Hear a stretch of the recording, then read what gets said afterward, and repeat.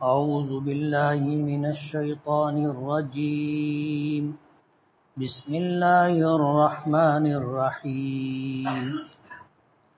والشمس وضحاها والقمر إذا تلاها والنهار إذا جلاها والليل إذا يغشاها والسماء وما بناها والأرض وما طحاها ونفس وما سواها فألهمها فجورها وتقواها قد أفلح من زكاها وقد خاب من دساها كذبت ثمود بطغواها إذ انبعث أشقاها فقال لهم رسول الله ناقة الله وسقياها فكذبوه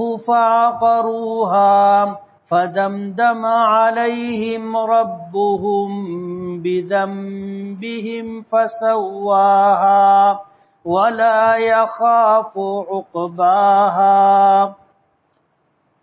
صدق اللہ العظیم. سبحانک لا علم لنا الا ما علمتنا انک انت العلیم الحکیم. رب اشرح لی صدری ویسر لی امری واحلل عقدۃ من لسانی یفقہوا قولی.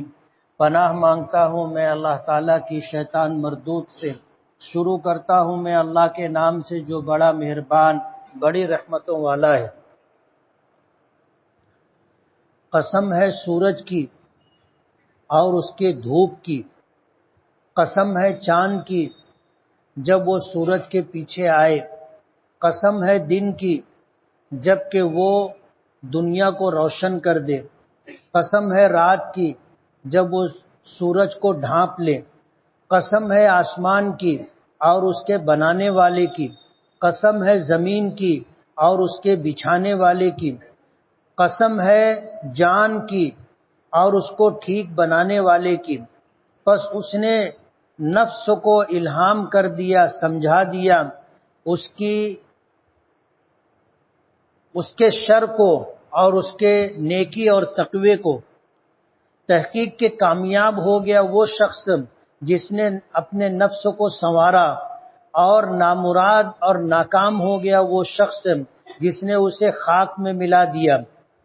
قوم سمود نے اپنے پیغمبر سمود کو جھٹلایا اپنی سرکشی اور شرارت کی وجہ سے، جبکہ اٹھا ان میں کا سب سے بدبخت. پس کہا ان سے اللہ کے رسول نے کہ یہ اللہ کی اونٹنی ہے اور اس کے پینے کی باری ہے، اس کی تم حفاظت کرو. پس انہوں نے پیغمبر کو جھٹلایا اور اونٹنی کی کوچیں کاٹ دی. پس اللہ تعالیٰ نے ان کے پروردگار نے ان کے اوپر ان کے گناہوں کی وجہ سے عذاب مسلط کر دیا اور پھر انہیں برابر کر دیا، اور وہ نہیں ڈرتا اس عذاب کے بعد پیچھے آنے والی باتوں سے. یہ سورہ شمس ہے، نزول کے اعتبار سے مکی ہے. اس میں 15 آیتیں اور 1 رکوع ہے. اللہ تعالیٰ نے اس سورت کی 1 2 3 4 5 6 7 آیتوں میں قسم کھائی، اور یہ بات آپ کو پیچھے بار بار بتائی جا چکی ہے کہ خالق اور مخلوق میں فرق یہ ہے کہ مخلوق اپنے خالق کے علاوہ کسی کی قسم نہیں کھا سکتی. ہم انسان اگر قسم کھائیں گے یا تو اپنے پروردگار کی یا اپنے پروردگار کی صفات کی. اللہ اور اس کی صفات کے علاوہ کسی کی بھی قسم کھانے کی ہمیں اجازت نہیں ہے. یہ حق صرف اللہ رب العالمین کا ہے. بعض لوگ نادانی میں ماں کی قسم کھا لیتے ہیں، بعض لوگ بچوں کی قسم کھا لیتے ہیں، بعض لوگ اور چیزوں کی بھی قسم کھا لیتے ہیں. مخلوق کے لیے جائز نہیں ہے کہ وہ اپنے پروردگار کی ذات اور صفات کے علاوہ کسی اور مخلوق کی قسم کھائے، لیکن خالق یعنی اللہ رب العالمین، ظاہر بات ہے اس سے بڑا ہونا تو دور کی بات ہے، کوئی اس کا ہمسر بھی نہیں ہے نا، کوئی اس کے برابر بھی نہیں، تو اللہ تعالیٰ اپنی مخلوقات میں سے جس مخلوق کی قسم کھانا چاہے کھا سکتے، لیکن ہم مخلوق کو اللہ کی ذات اور صفات کے علاوہ کسی چیز کی قسم کھانے کی اجازت نہیں۔ اللہ تعالیٰ نے سورج کی اور اس کی روشنی کی یعنی دھوپ کی قسم کھائی، ظاہر بات ہے اللہ تعالیٰ کی مخلوقات میں سے بڑی مخلوق ہے، بڑی مخلوق ہے۔ آپ اندازہ کرو کہ اللہ تعالیٰ نے سورج کو بنایا ایسا ہے کہ جب اللہ اسے طلوع کرتا ہے یعنی سورج نکلتا ہے مشرق سے، تو نکلنے سے پہلے ہی دنیا کی کیفیت بدلنے لگ جاتی، رات کا اندھیرا ہوتا ہے اور گھپ اندھیرا ہوتا ہے، ہاتھ کا ہاتھ سجھائی نہیں دیتا، لیکن جب صبح ہونے لگتی ہے، ابھی سورج نکلا نہیں ہے لیکن اس کی آمد ہونے لگتی ہے کہ اب نکلنا چاہتا ہے، تو افق پہ روشنی آ جاتی، اندھیرا چھٹنا شروع ہو جاتا ہے، اور جب سورج نکلتا ہے تو پوری دنیا کو روشن کر دیتا ہے، پوری دنیا کو روشن کر دیتا ہے۔ ہم کو اگر ایک کمرہ روشن کرنا ہوتا ہے تو کئی بلب لگانے پڑتے، جتن کرنے پڑتے، لیکن اللہ نے ایک ایسی مخلوق بھی بنائی ہے سورج کہ جب وہ نکلتا ہے تو پوری کائنات کو روشن کر دیتا ہے، رات کی تاریکی اور اندھیرے کو ختم کر دیتا ہے۔ اللہ نے سورج کی قسم کھائی، والشمس، قسم ہے سورج کی، وضحاہا، اور اس کے دھوپ کی چڑھنے کی۔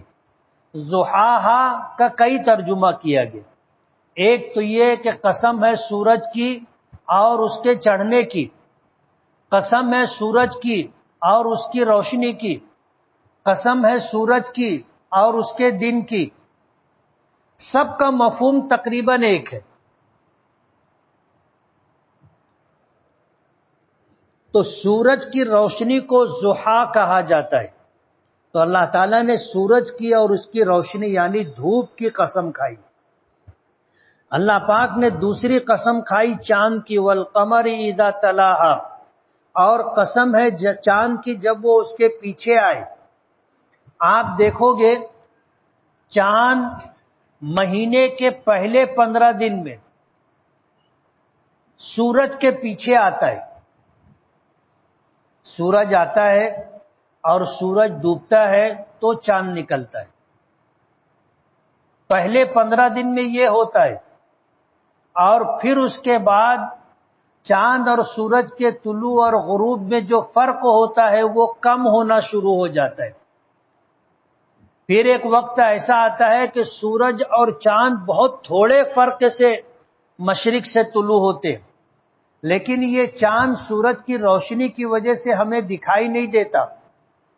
ایک وقت آتا ہے کہ چاند اور سورج کے درمیان اتنا تھوڑا سا فاصلہ ہوتا ہے کہ سورج ڈوبتا ہے اور اس کی روشنی مان پڑتی ہے، چاند نظر آنے لگ جاتا ہے۔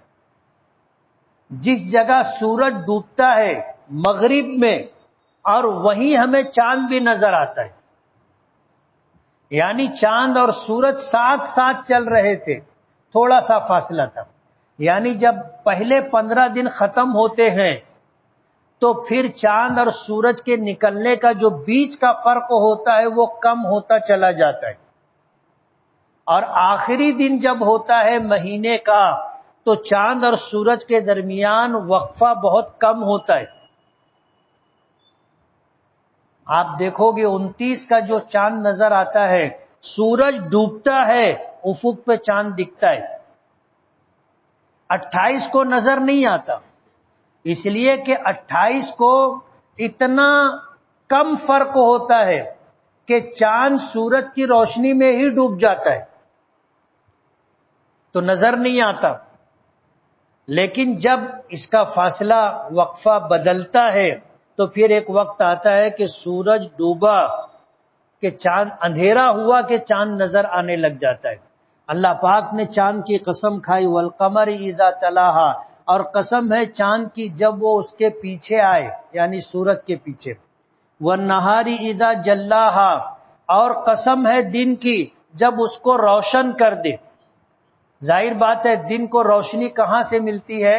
سورج سے۔ تو دن کی اور اس کی روشنی کی قسم، واللیل اذا یغشاہا، اور قسم ہے رات کی جب اس کو ڈھانپ لے۔ یہ رات سورج کو ڈھانپ لیتی ہے۔ ڈھانپ لینے کا مطلب یہ ہے کہ سورج ڈوب جاتا ہے اور یہ تاریکی پوری کائنات کو ڈھانپ لیتی ہے، بالکل اندھیرا ہو جاتا ہے۔ اگر چراغ نہ ہو، بلب نہ جلے تو ہاتھ کا ہاتھ سجھائی نہیں دیتا، گھوپ اندھیرا ہو جاتا ہے۔ وَالسَّمَاءِ وَمَا بَنَاهَا، اور قسم ہے آسمان کی اور جیسا اس کو بنایا۔ ظاہر بات ہے اس آسمان کو اللہ رب العالمین نے بنایا ہے، اور کیسا بنایا ہے اس کی تمام تر کیفیت کو اللہ جانتا ہے، ہم نہیں جانتے۔ ہم تو صرف وہ نظر اٹھاتے ہیں تو ہمیں نیلگوں آسمان دکھائی دیتا ہے۔ بعض لوگ کہتے ہیں کہ جو ہمیں دکھائی دیتا وہ آسمان نہیں ہے، اس لیے کہ آسمان زمین سے اتنی دور ہے کہ ہم اتنی دور کی چیز کو نہیں دیکھ سکتے۔ ہم اگر سامنے دیکھیں آسمان چھوڑ کر کے تو ہمیں کہاں تک کی چیز نظر آتی؟ کلو 2 کلومیٹر کی چیزیں نظر آتی، اس کے آگے ہم کو نظر نہیں آتا۔ لیکن جب ہم آسمان کی طرف دیکھتے ہیں تو ہم کو سورج بھی دکھائی دیتا ہے، چاند بھی دکھائی دیتا ہے، ستارے بھی دکھائی دیتے ہیں اور آسمان بھی دکھائی دیتا ہے۔ لیکن کہنے والے کہتے ہیں کہ جو ہمیں بلو بلو نظر آتا ہے وہ ہماری نگاہ اور نظر کی انتہا ہے، جہاں سے آگے ہمیں نظر نہیں آتا وہاں ہمیں بلو بلو دکھائی دینے لگتا ہے، اس لیے کہ آسمان اتنی دور ہے کہ ہماری نگاہ وہاں تک نہیں جا سکتی۔ سورج چمکتا ہے تو اپنی روشنی کی وجہ سے دکھائی دیتا ہے، چاند چمکتا ہے تو اس کی روشنی کی وجہ سے دکھائی دیتا ہے، ستارے چمکتے ہیں تو اس کی روشنی کی وجہ سے دکھائی دیتے۔ ایک کائنات کا ایک عجیب و غریب نظام ہے جسے اللہ نے بنایا ہے، تو اللہ ہی جانتا ہے کہ اللہ نے اسے کیسا بنایا۔ وَالسَّمَاءِ وَمَا بَنَاهَا، قسم ہے آسمان کی اور جیسا اس کو بنایا ہے۔ بعض لوگوں نے کہا وَالسَّمَاءِ وَمَا بَنَاهَا، قسم ہے آسمان کی اور اس کے بنانے والے کی۔ عربی میں فرماتے ہیں کہ ما یہاں من کے معنی میں، یعنی قسم ہے آسمان کی اور اس کے بنانے والے اللہ رب العزت کی۔ وَالْأَرْضِ وَمَا طَحَاهَا، اور قسم ہے زمین کی اور جیسا اس کو پھیلایا۔ یہ زمین مسطح ہے، اللہ نے اس کو پھیلایا ہے، کہیں اونچا رکھا ہے، کہیں نیچا رکھا ہے، کہیں ہموار رکھا ہے، یہ اللہ کی قدرت ہے۔ اور اس کا ترجمہ بھی لوگوں نے کیا،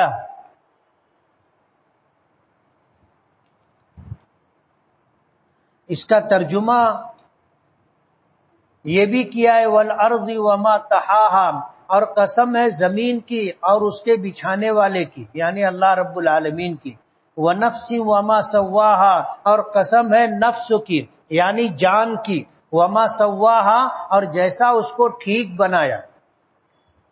نفس ہم اپنے جان کو بھی کہہ سکتے ہیں اور اپنے جسم کو بھی، کہ اللہ نے اس جسم کو کتنا خوبصورت اور متناسب الاعضاء بنایا۔ فَتَبَارَكَ اللَّهُ أَحْسَنُ الْخَالِقِينَ، اللہ پاک بہت بابرکت ہے اور بہترین پیدا کرنے والا ہے۔ اللہ نے انسانوں کو جو خوبصورتی عطا کی ہے وہ کائنات میں سب سے زیادہ ہے، یہی وجہ ہے کہ اس کو اشرف المخلوقات بنایا، اور اللہ نے انسان کو متناسب الاعضاء بنایا۔ پچھلے ہفتے میں نے یہ بتایا تھا کہ اگر اللہ تعالیٰ اس کو کچھ ہاتھ چھوٹا بڑا کر دیتے، پیر چھوٹا بڑا کر دیتے، آنکھ چھوٹی بڑی کر دیتے، کان چھوٹا بڑا کر دیتے، تو آدمی کیسا دکھتا؟ بے ڈھب، بے ڈھنگا دکھتا. لیکن اللہ نے متناسب الاعضاء بنایا کہ انسان کتنا خوبصورت دکھتا ہے. فَأَلْهَمَهَا فُجُورَهَا وَتَقْوَاهَا، پھر اللہ تعالیٰ نے اسی نفس کو یعنی جان کو نیکی اور بدی کی راہیں بتلا دی. الہام کر دیا یعنی سمجھا دیا. سمجھانے کے دو طریقے ہوتے ہیں، ایک تو اس کی فطرت میں اور عقل میں اللہ نے خیر اور شر، نیکی اور بدی ودیت کر دی. اپنی فطرت اور اپنی عقل کی وجہ سے اچھے اور برے کی ہم تمیز کر لیتے، نیکی اور بدی کا فرق سمجھ لیتے. اللہ نے یہ چیز ہماری جان اور نفس کو سمجھا دیا. ایک تو یہ ہے، اور دوسرا یہ ہے کہ اللہ پاک نے نیکی اور بدی سمجھانے کے لیے انبیاء کرام علیہم الصلاۃ والسلام کو قرآن کریم کو نازل فرمایا، اور قیامت تک کے لیے اللہ پاک نے قرآن کریم اور دین اسلام کو جاننے والے علماء کرام کو اللہ نے پیدا فرمایا، جو قیامت تک لوگوں کو نیکی اور بدی کا فرق سمجھاتے رہیں گے، خیر اور شر کی راہیں بتاتے رہیں گے. فرمایا قد افلح من زکاہا، کامیاب ہو گیا وہ شخص جس نے اپنے آپ کو سنوار لیا، یعنی نیکی اور بدی کے فرقوں کو سمجھ کر کے نیکی کی راہوں پر چلا، گناہوں سے اپنے آپ کو بچایا، وہ کامیاب ہو گیا. وقد خاب من دساہا، اور ناکام و نامراد ہو گیا وہ شخص جس نے اپنے آپ کو مٹی میں ملا دیا، خاک میں ملا دیا. مطلب یہ کہ اس نے نیکی اور بدی، خیر اور شر میں فرق سمجھنے کے باوجود اپنے آپ کو اس نے تباہی کے راستے پر ڈال کر تباہ و برباد کر دیا. آیت کریمہ کا ورد پورا ہو گیا ہے، اس لیے اگلے ہفتہ انشاءاللہ اس کا اعادہ کر لیں گے، وہاں لوگ انتظار کر رہے ہیں.